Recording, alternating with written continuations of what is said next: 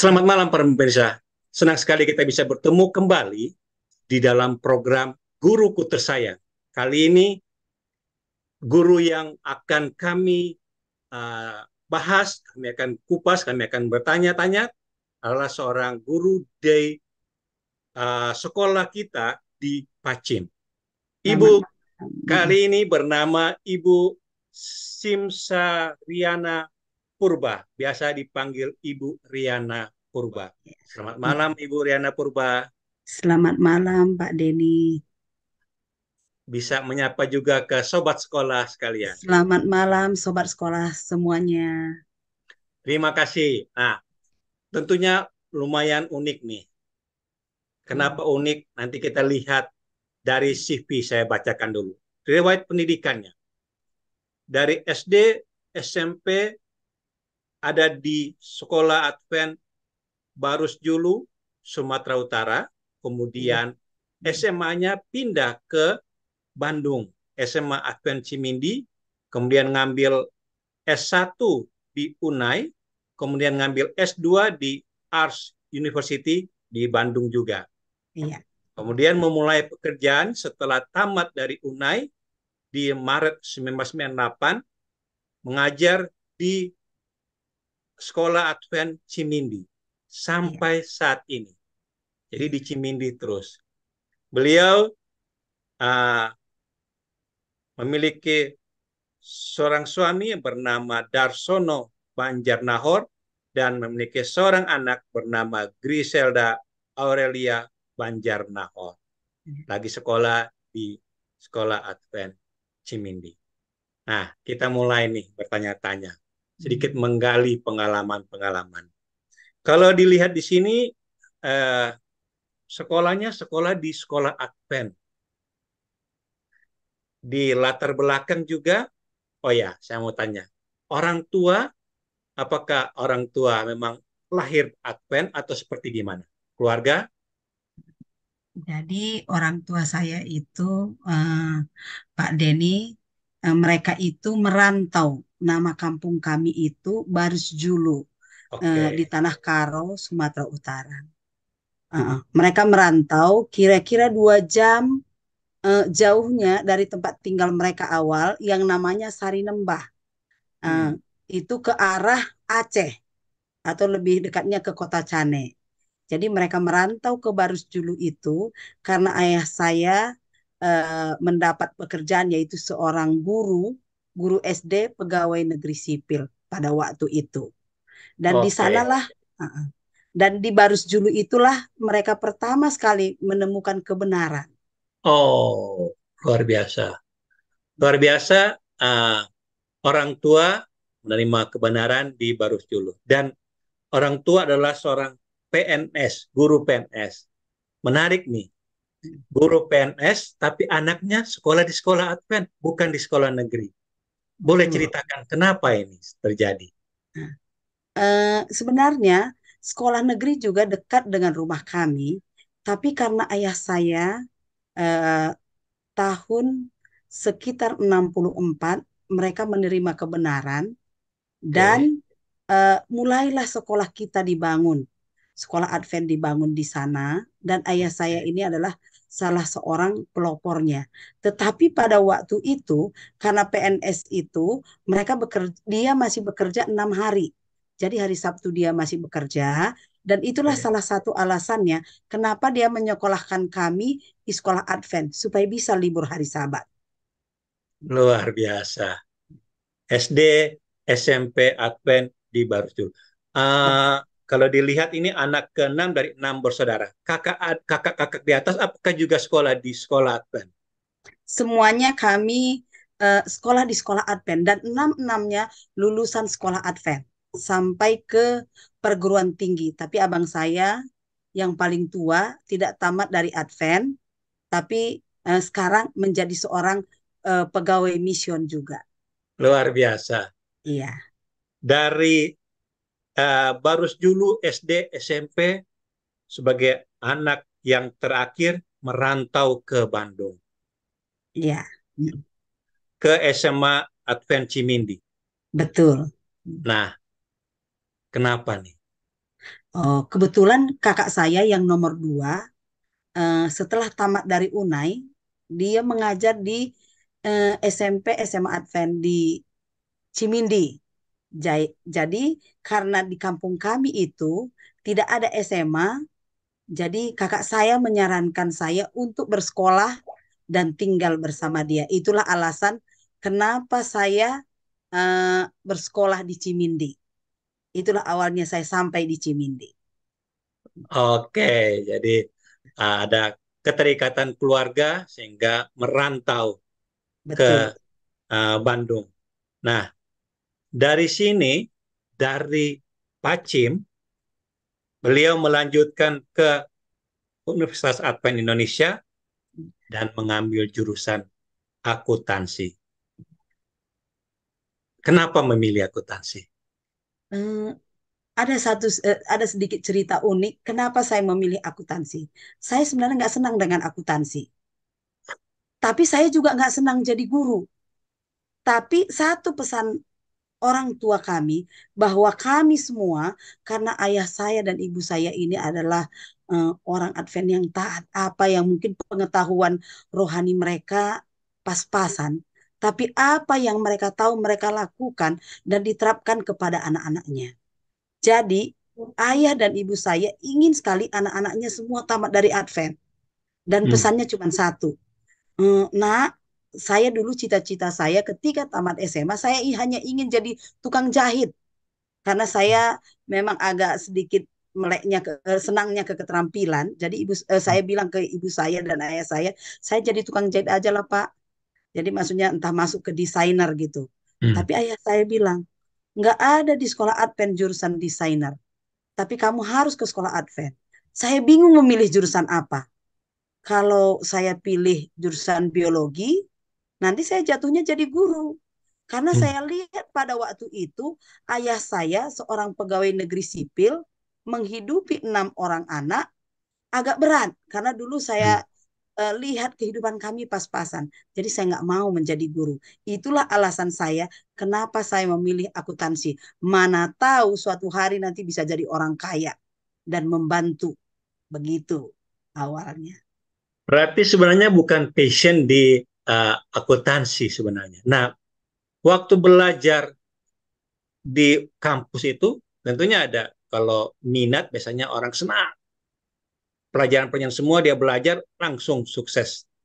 Berarti kalau ini apa ada kendala-kendala? Saya memiliki kendala, cuman saya dulu begini, saya lihat perjuangan ayah dan ibu saya ini luar biasa. Hmm. Jadi saya tidak mau mengecewakan mereka.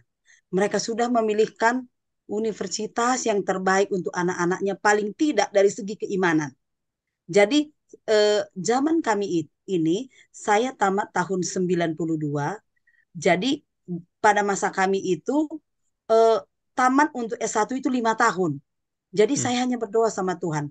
Tuhan, apapun terjadi di tengah perjalanan ini hanya satu permintaan saya. Liku-liku pelajaran pasti saya akan lalui. Karena saya tidak suka jurusan akuntansi ini. Permohonan saya hanya satu, Tuhan. Tolong bantu saya bisa tamat sesuai dengan jadwal. Karena kami bersaudara banyak. Hmm. Dan itulah. Dan Tuhan jawab doa saya. Tapi kekurangannya karena saya tidak passion saya di situ, nilai saya tidak terlalu baik.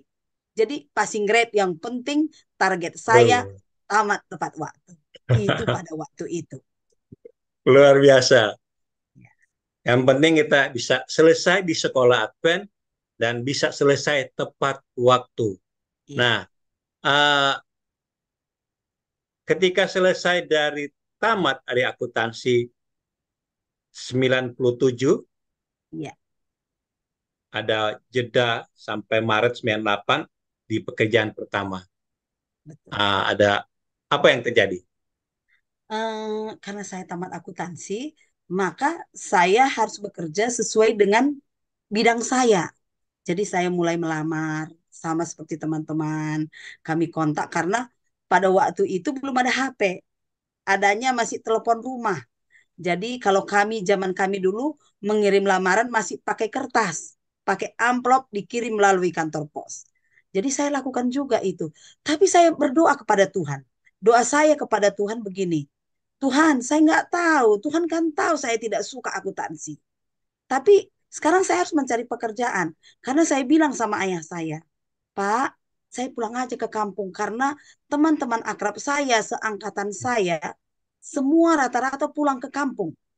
Karena pada waktu itu, daripada mencari pekerjaan, karena saya tamat itu pada zaman krisis tahun 97, jadi susah mencari pekerjaan waktu itu. Ada saudara yang juga memberikan pekerjaan di Jakarta kepada saya. Menunjukkan pekerjaan, saya bekerja seminggu. Saya pulang lagi balik ke Bandung, nggak betah. Kemudian ada lagi teman yang menunjukkan pekerjaan sesuai dengan jurusan saya di Majalengka sebagai kasir yang mirip-mirip lah, nyambung lah ke pendidikan saya. Di sana saya 2 minggu, saya pulang nggak betah. Dan kebetulan awalnya, dan akhirnya berlalulah waktu itu sampai sekitar Maret. Nah, kebetulan pada bulan Januari ada mantan guru saya di Pacim yang kena stroke.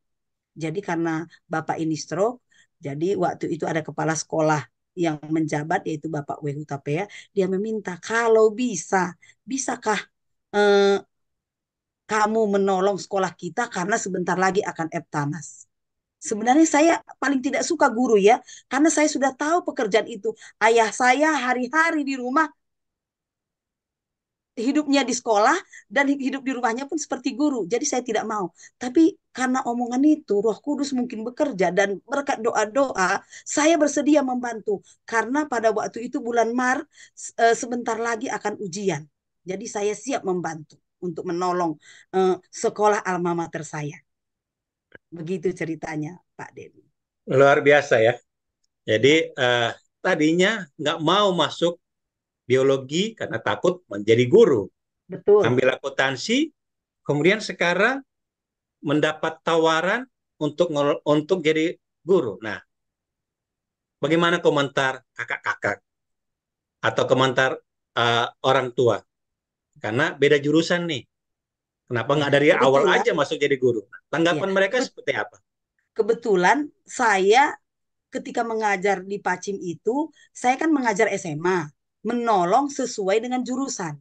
Jadi saya mengajar di sekolah itu, mengajar ekonomi dan akuntansi. Jadi sesuai dengan disiplin yang saya dapat. Jadi artinya materi yang saya ajarkan mudah bagi saya, cuman sekarang kendala. Saya berhadapan dengan makhluk hidup, yaitu manusia, anak-anak SMA. Dan anak-anak SMA itu lebih tinggi jauh dari saya, karena saya badannya kecil. Ya, tapi Orang saya tua? berusaha menolong. Orang tua ketika sebenarnya dari awal orang tua ingin sekali kami untuk menjadi guru, meneruskan Hmm. orang tua. Tapi karena pengalaman hidup itu membuat kami sedikit getir. Tapi Tuhan punya rencana lain mungkin. Dan itu yang saya rasakan hingga saat ini. Berarti orang tua waktu dengar kabar merasa senang. Senang, senang, Kakak-kakak yang lain support senang. juga. Support juga. Bahkan abang saya yang kedua itu, dia bahkan membesarkan hati saya untuk supaya saya bisa menolong Cimindi pada waktu itu. Karena sebentar lagi sudah mau Eptanas. Tentunya di satu pihak mudah mengetahui bahwa tadi ingin menjadi kaya, ambil akuntansi. Ketika jadi guru, tentunya udah tahu ada resiko terhadap keinginan itu. Bagaimana untuk memahami hal keinginan itu yang tidak belum sepertinya berbeda dengan hal ini. Setelah dipraktek dengan mimpi rupanya berbeda, Pak Denny. Tapi sering sekali yang saya rasakan hingga saat ini, mimpi dan kenyataan itu tidak sesuai. Apalagi kalau sudah Tuhan yang bertindak. Dan inilah mungkin satu pengalaman kesaksian, kalau saya saksikan mungkin bisa 3-4 hari. Dan inilah tonggak awal saya ketika saya mulai mengajar. Begitu saya mengajar, saya tidak mencintai pekerjaan itu. Pertamanya, Hmm. pertamanya ya. Jadi saya tetap berdoa kepada Tuhan. Doa saya gini, Tuhan, Engkau tahu bahwa pekerjaan ini saya tidak cintai, saya tidak suka pekerjaan ini. Tapi di balik doa saya yang seperti ada satu doa saya dan Tuhan yang mengubahkan saya. Jadi ketika saya berdoa kepada Tuhan, saya tetap mencari pekerjaan sambil saya melayani di Cimindi. Hmm. Begitu libur, saya cari lagi, saya mulai lagi bekerja. Tapi entah mengapa pekerjaan yang tidak menjadi guru itu tidak menarik rupanya. Hmm. Mungkin Tuhan, tapi waktu itu saya belum mengerti maksud Tuhan bagi saya. Apa yang terjadi ketika menerima gaji pertama dengan harapan lihat teman-teman yang lain seangkatan mungkin gajinya 2-3 kali lebih besar daripada yang didapat. Bagaimana kecamuk di dalam dada itu? Yang tadinya saya punya mimpi, punya gaji besar, ketika jadi guru, pertama saya menjadi guru itu, gaji saya itu, Pak Denny, hanya 130.000 tahun 98. Tahun Tapi 98. rupanya yang sama seperti tadi awal itu ingin menjadi orang kaya dan dapat gaji sebegitu, rupanya benar kata orang tua, ketika kita eh, yang tadinya hanya minta-minta uang, semua disediakan dan Hmm. ketika dapat gaji baru kita tahu bahwa apa yang dikatakan orang tua itu benar. Bahwa ketika kita dapat uang, walaupun sedikit jumlahnya itu, manfaatnya itu luar biasa. Hmm. Yang tadinya saya punya mimpi, punya gaji besar, rupanya eh, pada akhirnya bukan itu tujuan utama saya. Hmm. Jadi saya tidak butuh lagi gaji. Yang saya inginkan sekarang adalah kepuasan kerja. Saya tidak butuh gaji banyak. Mungkin Tuhan sudah mulai bekerja bagi saya. Saya tidak butuh gaji banyak, tapi saya ingin bekerja yang nyaman. Itulah. Dan berlanjutlah itu dari tahun. Naiklah gaji saya, jam mengajar saya sudah mulai honor. Hmm. Dan pada akhirnya yang tadinya saya di SMA, kebetulan waktu itu di SMA akhirnya saya mengajar lebih banyak jam. Tapi ada sedikit kendala di SD. Waktu Hmm. itu salah seorang guru SD pensiun. Jadi di bawah di SD kosong. Jadi Hmm. saya diminta. Yang ajaibnya yang saya rasa bahwa Tuhan punya rencana begini. Semua orang berusaha untuk mendapatkan pekerjaan itu. Mungkin saya salah satu yang tidak. Karena dari awal saya tidak ingin menjadi guru. Bagaimana mengajar ya? Saya awal mengajar karena saya bukan dari guru. Ada satu cerita unik. Hmm. Saya Gimana? mengajar hanya berdasarkan saya pernah diunai menjadi koordinator sekolah sahabat. Hanya itu modal saya mengajar. Karena saya tidak tahu bikin RPP, nggak tahu Ya. bikin persiapan mengajar. Tapi yang saya ingat ketika Bapak Kepala Sekolah meminta tolong saya, dan pada tahun berikutnya saya kembali menerima tawaran untuk bekerja, ada satu cerita menarik. Saya hanya mengajar seperti mengajar sekolah sahabat, bagaimana supaya semua anggota sekolah sahabat itu mengerti. Dan saya perlakukan murid itu, karena waktu itu yang saya ajar itu kelas 3 SMA, itu yang Hmm. saya lakukan. Cuman, karena mungkin saya tidak punya latar belakang guru, saya terlalu bersemangat. Karena keinginan untuk membuat anak ini, saya agak sedikit diktator. Saya sedikit diktator, karena apa? Impian saya mau pengalaman pahit saya yang saya tidak suka belajar ini, saya ingin anak-anak saya jadi pintar. Jadi Hmm. saya agak keras dan mungkin kalau angkatan awal-awal yang pernah saya ajar mereka akan semua mengatakan bahwa Ibu Riana itu adalah seorang guru yang gila. Tapi satu yang mungkin anak didik saya tahu bahwa apa yang saya lakukan walaupun saya killer, tujuan saya hanya satu, membuat anak-anak ini pintar dan dekat kepada Tuhan. Luar biasa. Itu mengajar awal bulan Maret. Itu Iya, udah pegang kelas 3 juga. kelas 3 SMA langsung, Pak. Itu Nah, terlalu berani saya rasa waktu itu. betul. Maret, sedangkan ujian kelas 3 itu sekitar bulan April ya. Iya, iya, Ujian hanya Pak, sekitar ujian 1 bulan. Iya, ya. Hanya 1 bulan iya, membuat masih siswa itu bisa siap untuk ujian. Nah, iya. sebelum ke situ dulu. Pengalaman pertama berdiri di depan kelas, pengalaman pertama kali berdiri di depan kelas, apakah ada rasa gugup, apakah Gemetarannya. Tapi untuk gemetaran, ya, gimana? menutupi kegemetaran saya itu saya jadi agak agak keras ya. Jadi apalagi karena mungkin saya artinya dari segi penampilan juga belum terbiasa ya. Namanya juga pengalaman pertama. Terus kemudian anak-anak yang saya ajar ini kelas 3 SMA, jangkung-jangkung, saya cuma sampai sebahunya. Dan mereka tahu bahwa saya guru baru. Mereka godain saya. Bu, salam dulu Bu. Bahkan tangan saya dicoel. Tapi mengingat tadi bermodalkan mengajar sekolah sahabat itu, saya tidak mau kalah. Saya tidak mau kalah, saya hanya pikir gini, nggak boleh saya kalah ini.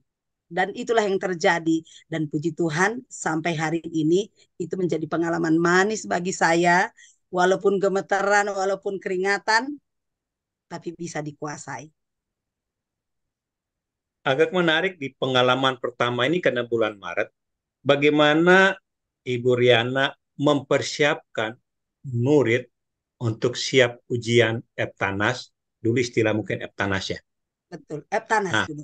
Eptanas. Bagaimana murid kelas 3 itu siap menghadapi Eptanas dan pasti kan ada tanggung jawab, jangan sampai anak-anak saya jeblok nilainya. Nah, ini baru pertama nih yang ngajar. Bagaimana persiapan Ibu untuk mendidik mereka siap untuk Eptanas? Jadi saya dulu Pak, karena ini namanya Eptanas, saya bayangkan pada posisi saya pernah mengalami. Jadi malam itu saya bekerja, saya hanya berdoa sama Tuhan. Tuhan, Engkau tahu bahwa pekerjaan ini bukan pekerjaan saya. Itu yang saya buat ketika saya. Dan persiapan itu, karena saya juga dulu ada namanya pelajaran itu ekonometri, matematikanya ekonomi. Sementara saya merasa saya tidak ahli di situ. Jadi karena dikasih pelajaran ini, dikasih juga akuntansi, dikasih juga ekonomi, jadi saya belajar sebelum saya mengajar besoknya di kelas. Saya belajar sampai jam 12 malam untuk bisa menguasai. Dan kemudian sama guru-guru yang lain saya bertanya, gimana caranya? Apa yang biasa kalian? Jadi guru-guru yang senior mengarahkan saya juga. Jadi saya berguru ke guru senior, saya belajar banyak. Nggak seperti sekarang Pak Denny. Kalau sekarang enak, eh, sobat-sobat sekolah enak sekarang tinggal googling ya. Kalau sekarang anak-anak sekarang enak sekali, sumber belajar banyak. Kalau dulu kan tidak, hanya guru itu dan buku. Luar Hmm. biasanya. Tapi dengan pertolongan Tuhan, karena saya merasa sesuai dengan firman Tuhan katakan bahwa saya merasa bahwa diri saya kecil, saya serahkan semua kepada Tuhan. Apa yang bisa saya lakukan semampu saya maksimalkan. Ya, puji Tuhan pada waktu itu lulus 100% Luar dan biasa. uh, uh, nilainya juga tidak tidak lebih kecil dari tahun-tahun sebelumnya. Luar biasa. Pengalaman pertama mendidik siswa untuk menghadapi ujian Eptanas hanya dalam 1 bulan. Itu luar biasa, bisa mendapatkan nilai lebih baik dari tahun sebelumnya. Nah, eh, setelah berlalu, pengalaman itu pasti mendebarkan itu 1 bulan itu, kemudian berikutnya. Nah, apa ada pernah nggak menghadapi murid yang mungkin nggak menyukai pelajaran ini? Dan bagaimana menghadapi murid-murid seperti ini? Ya, kalau pelajaran pasti ada ya. Yang lucunya bukan murid yang tidak disukai, gurunya yang tidak disukai. Karena mungkin terlalu killer ya pada saya waktu itu dan galak.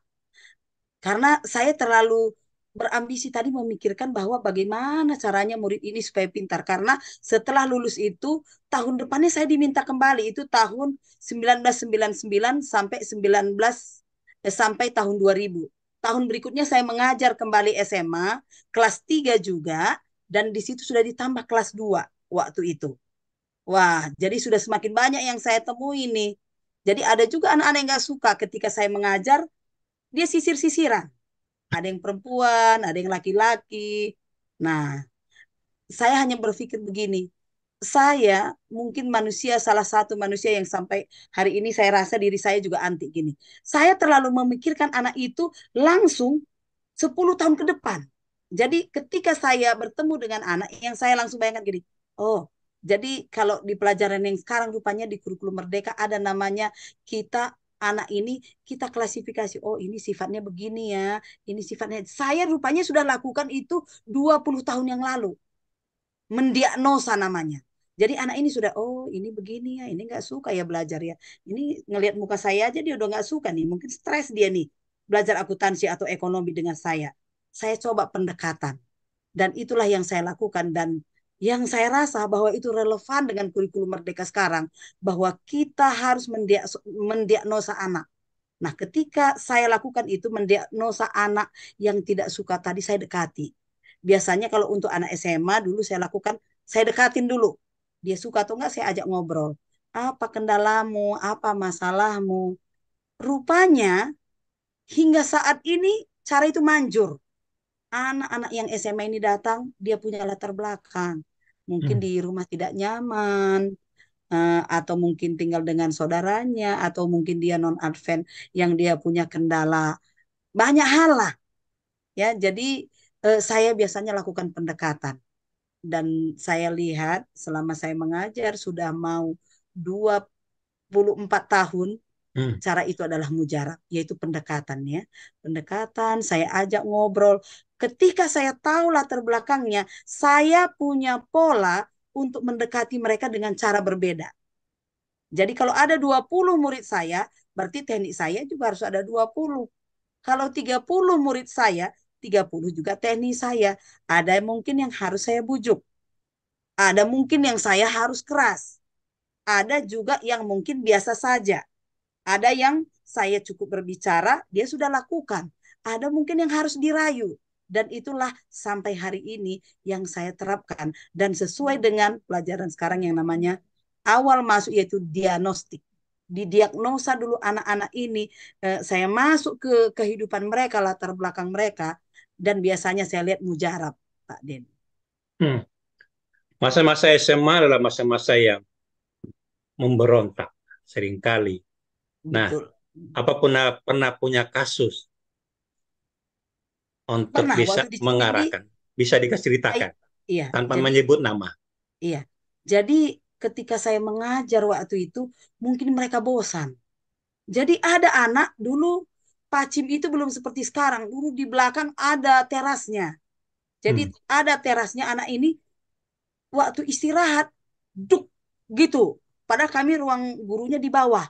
Oh, rupanya guru-guru senior ini udah tahu kalau ada buk bunyinya, rupanya anak-anak ini pintar. Dia buang tasnya ke bawah, sebentar lagi dia lompat dari pagar dari atas itu, dari lantai 2 dan kabur. Ya, biasanya kami langsung cari itu dan biasanya ketahuan. Paling biasanya alasan mereka ya yang klise-klise sih. Kenapa, Bu, ada sampah tadi? Botol minum saya jatuh. Kami main-main, Bu. Banyaklah alasannya. Ya, tapi biasanya bisa ditangani. Ada aja yang selalu membuat ulah-ulah, dan sehari ini Pak Denny saya merasa, dan sahabat sekolah saya merasa bahwa itu jadi pengalaman manis. Ketika mereka sekarang sudah menjadi orang-orang yang berhasil, ada yang menjadi dokter, ada di Amerika dan banyak, dan mereka kalau datang ke Pacim biasanya mereka selalu bilang, Bu, masih ingat dulu saya yang nakal itu?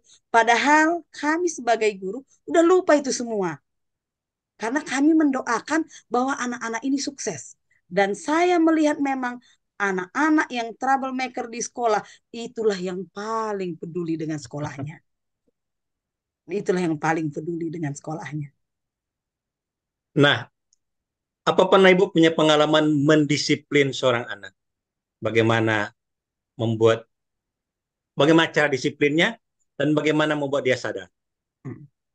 Jadi kalau saya mendisiplin anak, kalau dahulu kala cara saya mungkin keras ya. Masih ada pakai rotan-rotannya dulu Pak Denny. Kalau dulu masih ada rotan, saya terkenal dulu. Bahkan sampai hari ini ada anak yang merasakan ketika saya mendisiplin anak, saya kasih mahoni. Karena kebetulan di Pacim itu kan banyak buah mahoni. Saya pikir kalau saya kasih cabai sakit perut. Saya kasih bawang pedas. Jadi saya kasih mahoni.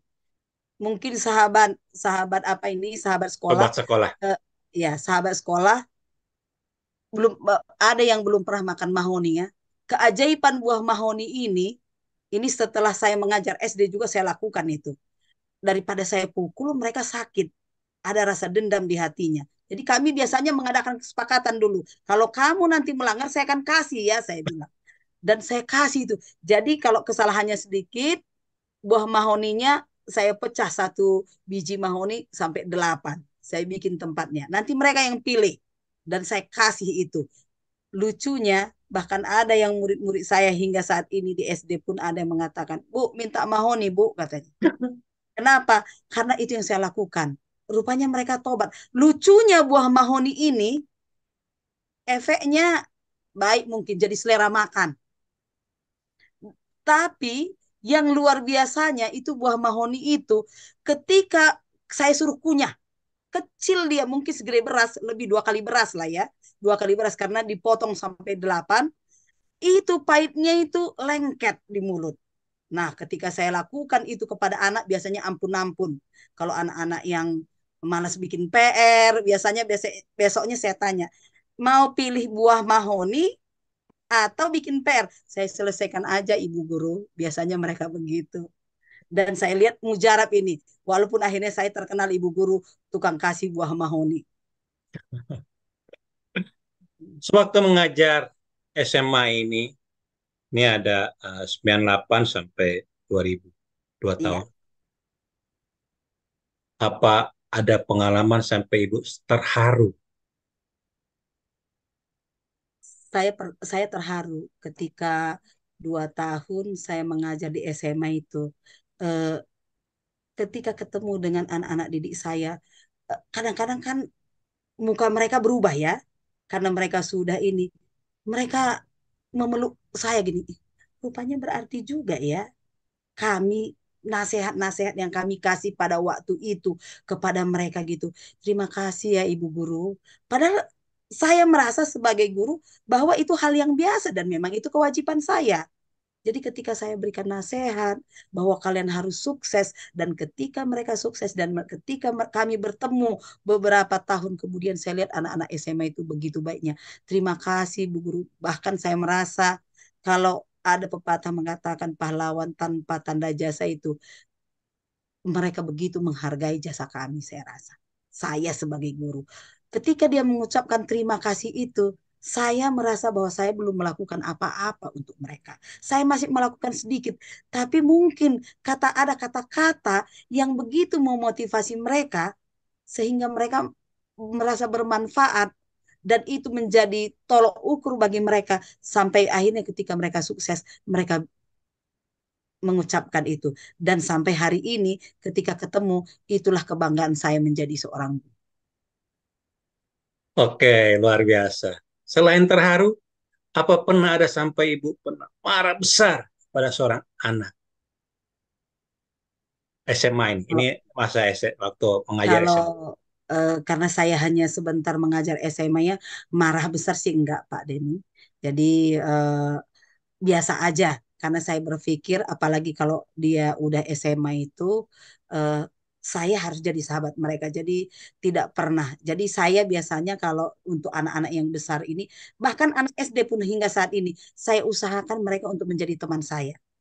Jadi Luar biasa. supaya mereka itu jangan ada batas untuk curhat.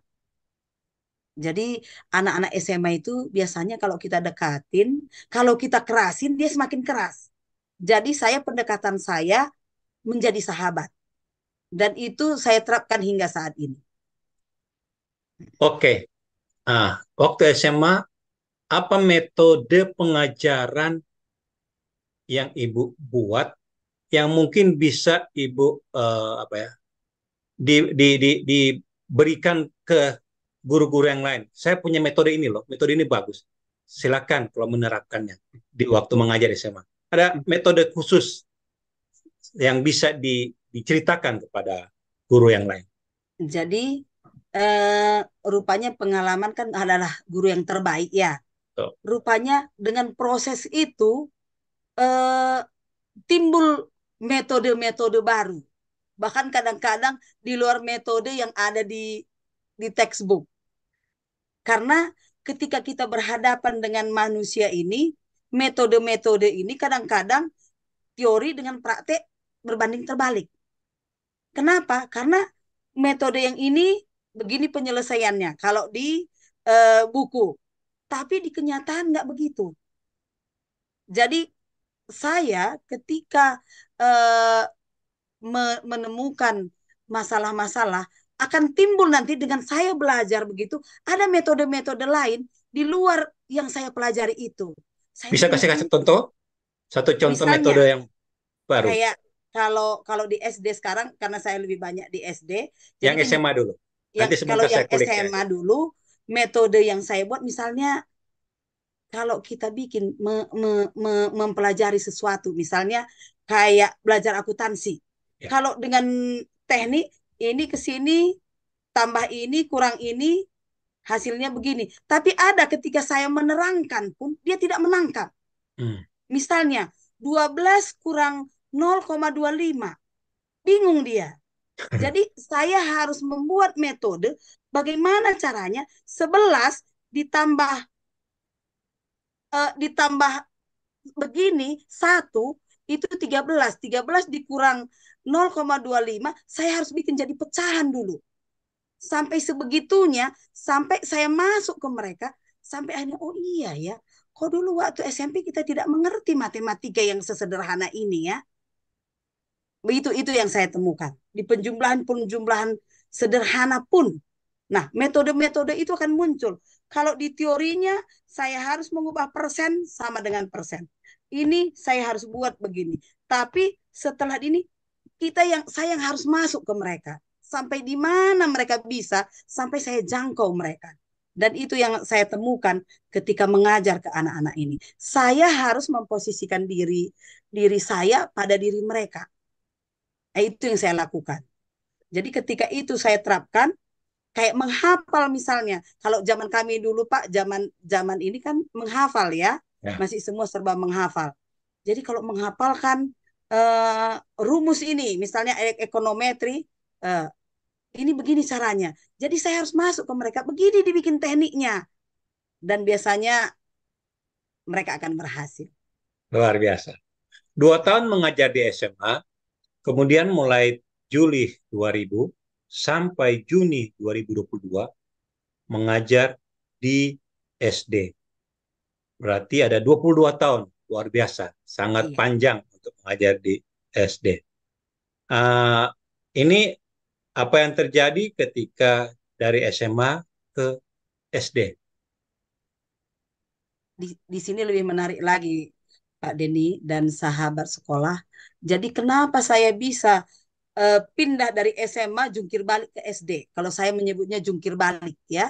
Bayangkan sarjana ekonomi sudah mengajar di SMA sesuai bidangnya, tiba 2 tahun kemudian pindah ke SD. Jadi ceritanya begini. Doa saya tadi kan Tuhan seperti jawab antara iya dan tidak nih. Saya sudah mengajar 2 tahun di SMA, saya masih tetap berdoa kepada Tuhan. Doa saya begini, Tuhan, saya hanya meminta satu kepadamu. Mana pekerjaan yang engkau buat duluan tetap bagi saya, itulah jalan Tuhan. Sekarang bukan jalan saya lagi. Karena orang kaya tadi saya sudah mulai tinggalkan ini Pak Denny. Konsepnya sudah berubah ini. Jadi saya tetap melamar. Jadi walaupun saya sudah guru, masih melirik-melirik. Yang gaji tadi masih ada, tapi sudah mulai ada pergumulan lain ini sedikit. Jadi saya berdoa begitu kepada Tuhan. Hingga tiba pada suatu hari, salah seorang tenaga kependidikan, kalau tadi eh, waktu saya mengajar SMA, saya harus membantu salah seorang guru saya karena kena stroke. Nah, sekarang saya sudah 2 tahun, saya juga kembali rupanya saya harus jadi penolong juga. Salah seorang tenaga SD pensiun pada waktu itu, pada bulan awal-awal itu, awal-awal eh, akhir Juni, awal Juli. Jadi kepala sekolah waktu itu almarhum Ibu Kesti namanya, Kesti Simanjuntak. Jadi dia meminta kepada abang saya yang kebetulan juga kepala sekolah waktu itu di Cimindi. Dan saya tahu bahwa ibu ini adalah seorang guru yang killer. Dia minta, padahal banyak orang lain yang ingin untuk menjadi guru SD ini karena waktu itu ada lowongan untuk SD. Saya menjadi guru aja 2 tahun pertama itu sudah 2 tahun saya hampir menjadi guru, saya belum cintai Pak Denny dan sahabat sekolah. Jadi saya belum cinta, tapi saya lakukan sebaik yang bisa saya lakukan. Itu yang mungkin sahabat sekolah perlu catat ya. Jadi saya melakukan walaupun saya belum menikmati. Saya lakukan yang terbaik. Hingga tiba pada suatu hari, ibu ini meminta saya menyampaikan pesan. tolong sampaikan ke adikmu, kalau bisa tolong bantu saya di SD. Padahal waktu itu ada kami eh, beberapa orang, rupanya saya nggak tahu bahwa ada beberapa orang yang melamar sama ibu itu. Tapi lucunya saya tidak melamar, saya tidak pernah bermimpi untuk menjadi guru SD. Ibu itu menyampaikan pesan supaya saya mengajar di SD. Itulah awalnya saya kenapa dari SMA jungkir balik ke SD. Akhirnya kakak saya bilang, kalau kamu bisa menolong, tolonglah ibu itu. Dia memilih kamu. Satu pesan saya, kata kakak saya, cobalah. Aduh, gimana sih mesti mengajar? Udah saya tidak suka jadi guru. Guru sekarang disuruh ngajar SD lagi. Itu kata saya kepada kakak saya. Ya, kamu pikirkanlah. Kata kakak ipar saya juga, karena kakak ipar saya juga seorang guru.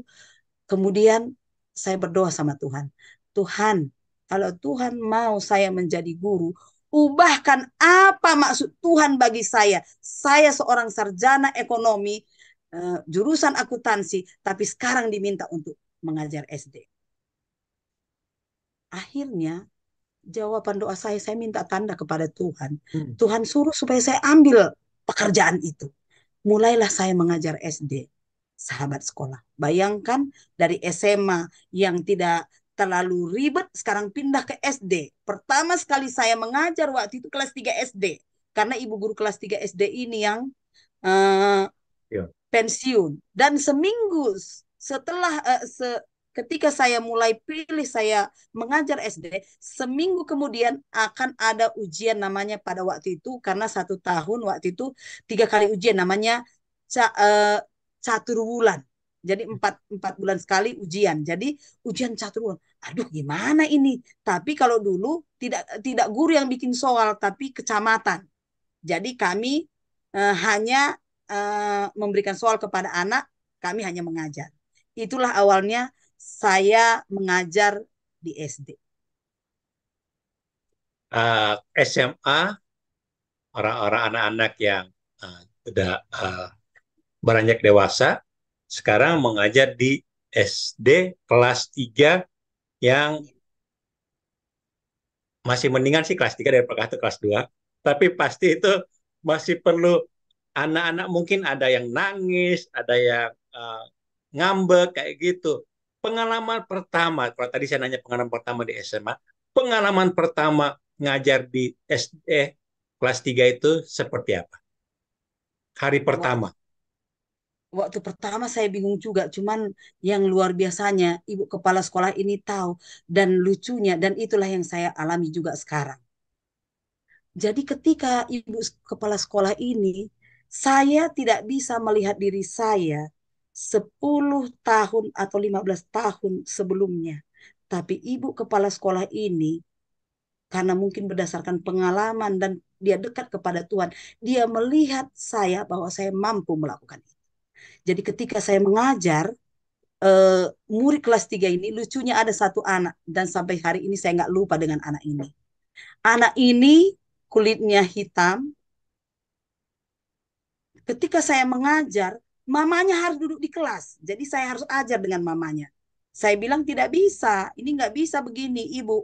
Nanti anaknya juga tidak maju, ibu juga terganggu mau masak di rumah. Jadi saya bilang sama mamanya, ibu tolong keluar. Nggak apa-apa, kalaupun anak ini nangis nggak akan mati nih. Saya bilang waktu itu begitu. Paling dia nangis nanti habis air matanya dia akan berhenti. Jadi saya suruh mamanya keluar. Mungkin 1-2 jam pelajaran anak ini terus menangis. Dan itu terjadi mungkin sekitar seminggu. Sekitar seminggu anak ini nangis. Tapi saya yakin setelah saya buat begitu, anak ini nangis, hari ini nangis, besok nangis, lama-lama anak ini mulai enjoy. Saya hanya bilang, nggak apa-apa kamu nangis, aku nggak akan marah sama kamu kalaupun kamu nangis. Tapi satu, ibu guru kunci kelas dan kita belajar. Dan kamu tidak boleh keluar. Dan itu saya mengajar seperti saya tidak perhatikan dia. Padahal sebenarnya saya lirik-lirik. Saya lihat, oh udah gimana dia ya, saya pikir begitu. Dan itu terjadi. Setelah seminggu, dia nggak mau lagi. Kalau mamanya datang antar sekolah, dia langsung bilang sama mamanya, mama di luar aja. Itulah pertama sekali pengalaman saya untuk mengajar di kelas 3 SD. Pengalaman luar biasa menghadapi murid yang kelas 3 masih seperti itu. Nah, Iya. SD perlu melatih kesabaran super.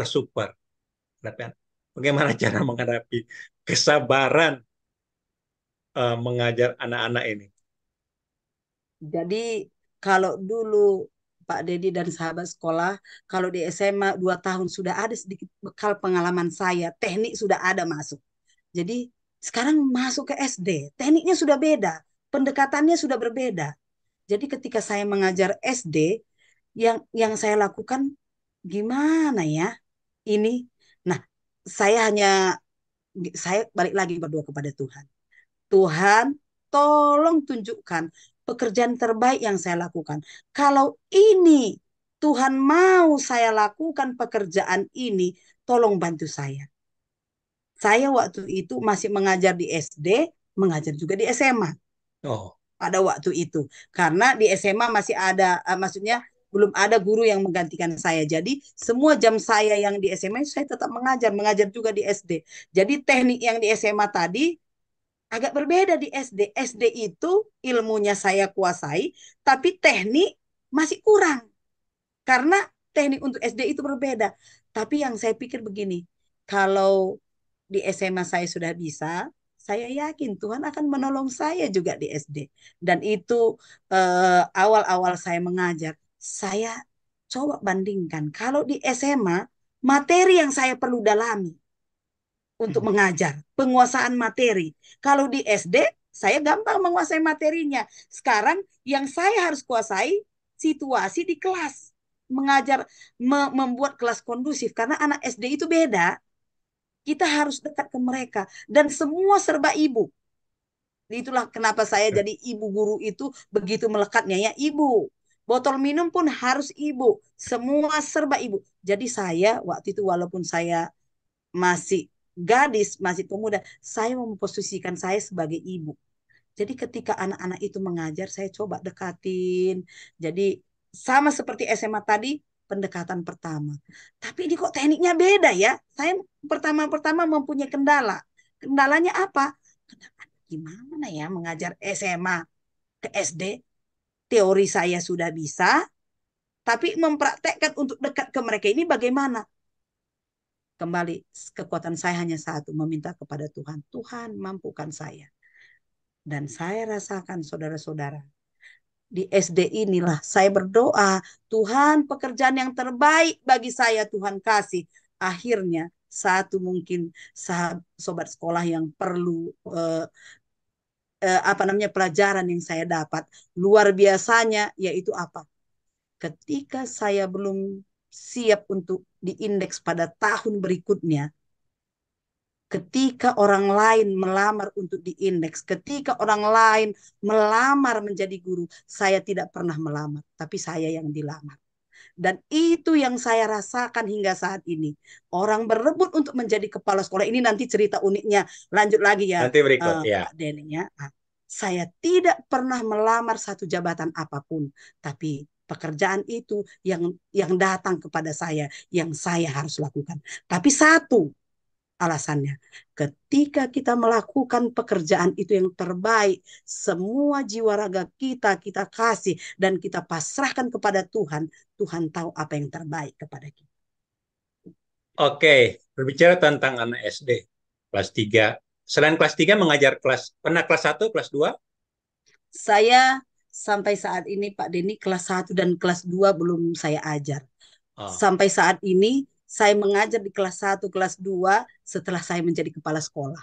oh Jadi oke. batas yang saya ajar dari dulu itu kelas 3 pun saya hanya pernah 2 tahun. Selebihnya kelas 4, 5, 6 di semua pengabdian saya itu 4, Oh, 5, 6, 4, 5, 6. oke.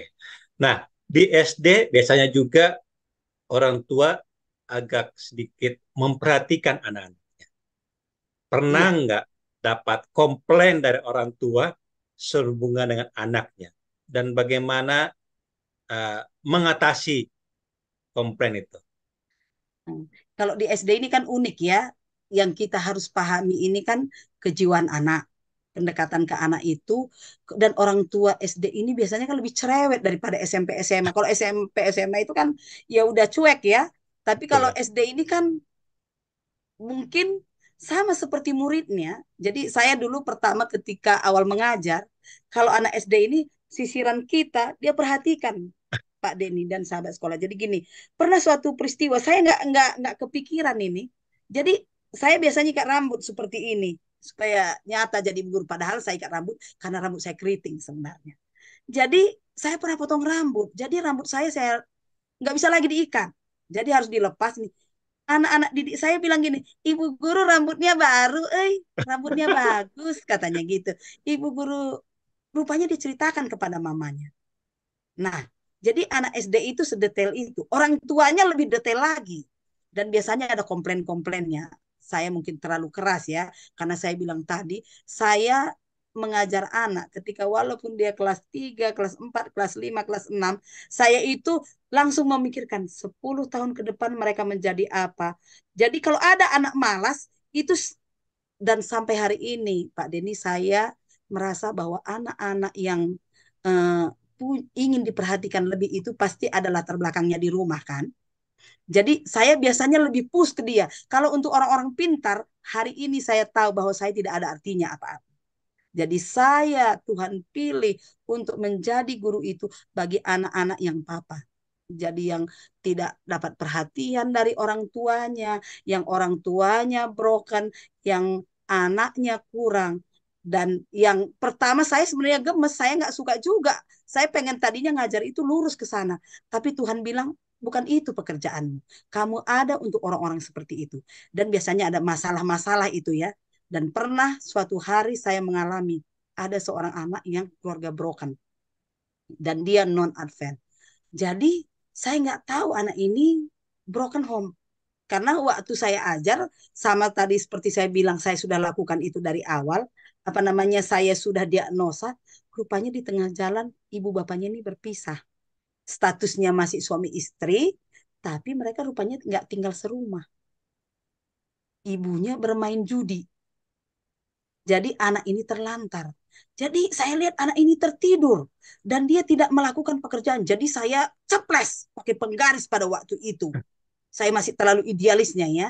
Dan kalau sobat sekolah yang angkatan lama pernah merasakan ceplesan saya kalau dia pernah dipacim dan pernah saya ajak. Tapi kalau hari ini saya sudah bertobat Pak Denny, saya tidak lakukan lagi itu. Nanti saya kena ini KPAI. Jadi saya ceples anak ini mogok sekolah. Seminggu dia nggak sekolah. Jadi saya telepon, kenapa nggak sekolah? Datang bapaknya marah-marah sama saya. Anak saya mogok sekolah karena kamu perlakukan begini. Akhirnya saya pergi. Saya akhirnya tarik ke diri saya. Oh, saya salah rupanya memperlakukan anak ini. Baru saya akhirnya harus melakukan sesuatu karena saya sudah salah melakukan sesuatu kepada anak ini. Saya terlalu keras karena biasanya anak-anak ini kalaupun kita hukum secara fisik pada waktu dahulu kala, kalau mereka tahu bahwa mereka salah, mereka tidak akan protes. Rupanya anak ini tadi karena dia broken dan pada waktu itu baru-baru kejadian itu anak ini tidak mau sekolah. Sebenarnya saya tidak pukul pun anak ini tidak punya semangat belajar karena situasi keluarganya ya. Akhirnya saya pergi ke sana, bapaknya marah-marah. Saya hanya berdoa sama Tuhan. Tuhan, ampuni. Sebelum saya pergi ke rumah orang tua itu, saya berdoa dulu. Tuhan, ampuni dosa-dosa saya. Saya sudah membuat hati anak ini terluka. Tuhan, tolong bantu saya. Supaya anak ini nanti dan orang tuanya mau memaafkan saya. Saya sayang sama anak ini. Dan puji Tuhan, anak ini bersekolah di sekolah Advent Cibini dari SD sampai SMA dan dia sudah dibaptis. Itulah kebanggaan yang terbesar lagi yang kedua yang saya rasakan menjadi guru. Ketika anak-anak dibaptis, itulah salah satu hadiah terbesar bagi saya hingga saat ini. Luar biasa. Sebelum saya melangkah ke bagian ketiga sebagai manajerial, nah, ada nggak pengalaman yang tidak pernah dilupakan selama menjadi guru, yang mungkin akan diceritakan ke anak cucu? Ini loh, ibu punya pengalaman tidak akan dilupakan. Hmm, kalau itu pengalaman rohani mungkin ya Pak Denia dan sahabat sekolah. Jadi yang seperti awal tadi saya ceritakan bahwa ketika saya menjadi guru, saya tidak pernah membuat lamaran.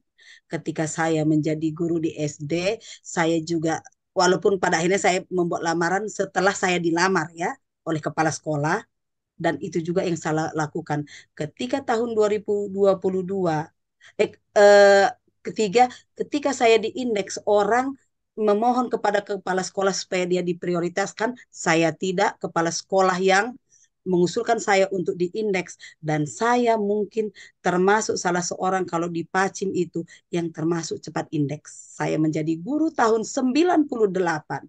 Tahun 2001 saya sudah indeks. Ya, dan itu biasanya kalau jadi guru, apalagi pegawai mission, pengen cepat-cepat diindeks. Saya ketika diindeks, ini pengalaman yang saya akan ceritakan kepada anak. Dan saya sudah ceritakan kepada banyak orang. Ketika orang diindeks, orang mungkin senang. Kalau saya waktu itu tidak. Saya nangis kepada Tuhan. Saya bilang gini sama Tuhan. Dan inilah mungkin pertama sekali saya menangis. Doa saya kepada Tuhan, Tuhan, awal saya bekerja, mana pekerjaan yang terdahulu Tuhan kasih, itu yang akan saya terima untuk menjadi, saya kerjakan seumur hidup saya.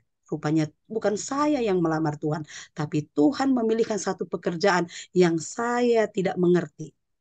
Yang saya tidak mengerti. Jadi ketika indeks April 2001, saya menangis. Saya bilang, Tuhan, kalau Tuhan sudah membuat saya indeks, berarti saya sudah tidak bisa keluar dari pegawai mission.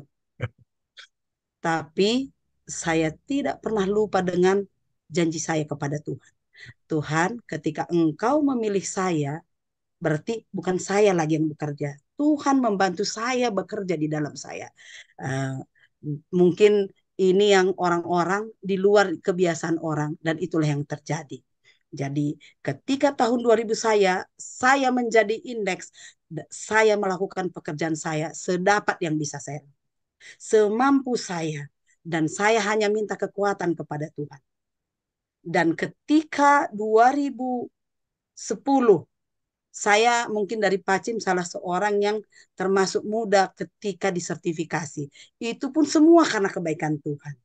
Dan ketika 2022 saya diminta untuk menjadi kepala sekolah, saya terbayang ketika saya diindeks. Kembali bukan saya yang ingin menjadi kepala sekolah, tetapi Tuhan punya rencana untuk sekolah Advent di mana saya bekerja dan untuk pelayanan saya. Kekuatan saya hanya satu, yaitu Tuhan. Dan hingga saat ini saya tidak pernah merasa ketika organisasi memilih saya di setiap pekerjaan-pekerjaan saya, bukan karena saya mampu, tetapi saya hanya mau melakukan apa yang Tuhan suruh untuk saya kerjakan. Baik, sebelum saya memasuki di bagian sebagai manajerial, ada menarik nih. Di 2010 ngambil S2 Magister Management di Arts University. 2010. Itu berarti sedang mengajar SD. Iya. Kenapa tidak mengambil Master Pendidikan? Jadi ceritanya begini sahabat sekolah dan juga Pak Denny, kenapa saya mengambil? Jadi kebetulan saya waktu itu dekat dengan kepala sekolah dan saya dekat dengan pengawas. Waktu itu saya juga belum menikah, umur saya sudah cukup banyak ya. Jadi saya punya keisengan, saya ini orangnya belajar materi pelajaran sudah dikuasai, teknik-teknik sudah dikuasai, sudah lama menjadi guru. Saya bosan menjadi guru. Jadi waktu itu kebetulan kepala-kepala sekolah dan pengawas-pengawas sekolah tren ngambil S2. Saya mengambil S2 eh, nggak ada tujuannya. Maksudnya nggak ada tujuannya begini Pak Denny, maksud saya orang mengambil S2 kan, oh nanti suatu hari saya menjadi kepala sekolah. Saya mengambil S2 hanya iseng. Isengnya begini, ketika orang lain mengurus anak, ketika orang lain punya mimpi, saya mengambil S2 karena bosan. Saya hanya karena bosan. Saya ngambil S2, tapi pada waktu itu saya pikir, mana tahu suatu hari nanti bermanfaat ini. S2 saya ini. Karena kebetulan saya walaupun mengambil magister manajemen, kebetulan kami waktu itu kelompok kami ini bersama dan Hanya saya dengan kakak ipar saya yang Advent, yang lainnya semuanya non. Jadi saya bersama pengawas-pengawas dan kepala-kepala sekolah SMP, SMA dengan SD Advent, SD luar dengan hanya kami dua orang yang Advent, yang lain non semua sekitar 70 orang. Kami mengambil kelas karyawan. Itulah alasannya, Pak Den. Baik, bekal S2 Magister Manajemen sekarang uh, menjadi kepala sekolah TK dan SD Advent Cimindi sejak Juli 2022. Ya, Tantangan pertama sebagai kepala sekolah apa? ya, manajerial tadi. Ketika saya pertama menerima ya, bukan memilih ya, menerima untuk menjadi kepala sekolah, saya ditanya oleh sekretaris direktur pendidikan dan juga diwawancara oleh kepala sekolah. Saya bilang saya tidak mau, Pak. Saya tahu pekerjaan itu berat, tapi Bapak itu eh, mengatakan kamu harus mencoba. Saya berdoa kepada Tuhan. Pengalaman-pengalaman lalu membuat saya hanya berdoa begini kepada Tuhan. Saya memiliki seorang putri. Putri saya ini sekarang umurnya 11 tahun mau 12 tahun. Dan ketika saya mempunyai putri ini, perjalanan saya sedikit ini agak melenceng ya, Pak Denny ya. Anak saya ini lahir prematur. Tapi saya dulu berdoa kepada Tuhan, Tuhan berikan saya seorang anak karena saya melahirkan anak ini ketika umur saya sudah 39 tahun. Jadi anak saya ini lahir prematur dan kondisi kesehatannya tidak terlalu baik. Jadi suka sakit. Jadi saya berdoa kepada Tuhan, saya nggak punya mimpi banyak-banyak. Tuhan, saya hanya ingin bekerja dan mendidik anak saya ini yang Tuhan sudah pekerjakan karena hampir 10 tahun kerjaan kami hanya berobat ke dokter. Dari satu dokter mungkin di sekitaran Cimindi ini ya 30 dokter spesialis anak saya sudah kunjungi. Dari satu dokter ke dokter yang lain. Jadi ketika ditanya saya untuk kepala sekolah, beban saya hanya itu. Saya nanti ketika saya menjadi kepala sekolah, maka ke anak saya nih waktu saya berkurang. Tapi saya, kalau hanya saya pikirkan anak saya egois sekali. Karena ketika meminta anak ini pun, saya memintanya dari Tuhan. Jadi saya berdoa kepada Tuhan.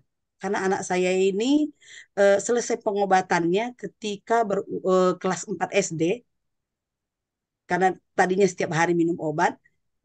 Jadi kelas 5 saya punya target. Kalau tidak COVID tadinya, oh saya mau temanin anak saya ini les-lesan. Jadi saya berdoa kepada Tuhan, Tuhan ini ada tawaran untuk menjadi kepala sekolah. Saya tidak mau kepala sekolah ini. Tapi kalau saya menolak untuk tidak, saya terlalu egois hanya memikirkan diri saya. Sementara sekolah mungkin butuh saya. Saya mau jawaban Tuhan. Saya tidak mau menerima ini semena-mena. Jadi saya berdoa. Anak saya ini biasanya suka sakit, demam. Kalau dia demam bisa kejang. Jadi saya berdoa kepada Tuhan. Tuhan, saya hanya minta tanda. Kalau sempat kepala sekolah ini saya terima, anak saya tidak akan teratur makan. Dan saya mempunyai waktu sedikit. Tapi kalau Tuhan mau pekerjaan ini, saya terima, saya meminta tanda. Jadi waktu itu anak saya demam. Saya bilang gini kepada Tuhan. Karena Bapak ini bilang, persiapkan diri. Nanti hari Minggu board, katanya. Saya tidak mau pekerjaan itu. Jadi saya berdoa kepada Tuhan. Waktu itu anak saya sakit hari Rabu. Jadi malamnya saya berdoa karena saya memang tidak mau pekerjaan itu. Saya bilang gini kepada Tuhan.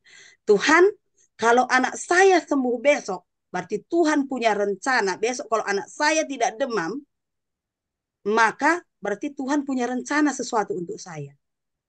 Jadi malamnya, biasanya kalau anak saya sakit, demam, sepanjang malam, Pak Denny, saya tidak akan tidur. Tidak akan tidur. Dan besoknya kalau anak saya sudah turun panasnya, saya akan berusaha mengajar. Saya mungkin salah seorang guru yang tidak suka absen-absen. Kecuali satu, kalau anak sakit. Itu guru kepala sekolah sudah tahu. Jadi besok paginya, malam itu saya tidur mungkin sekitar jam 3.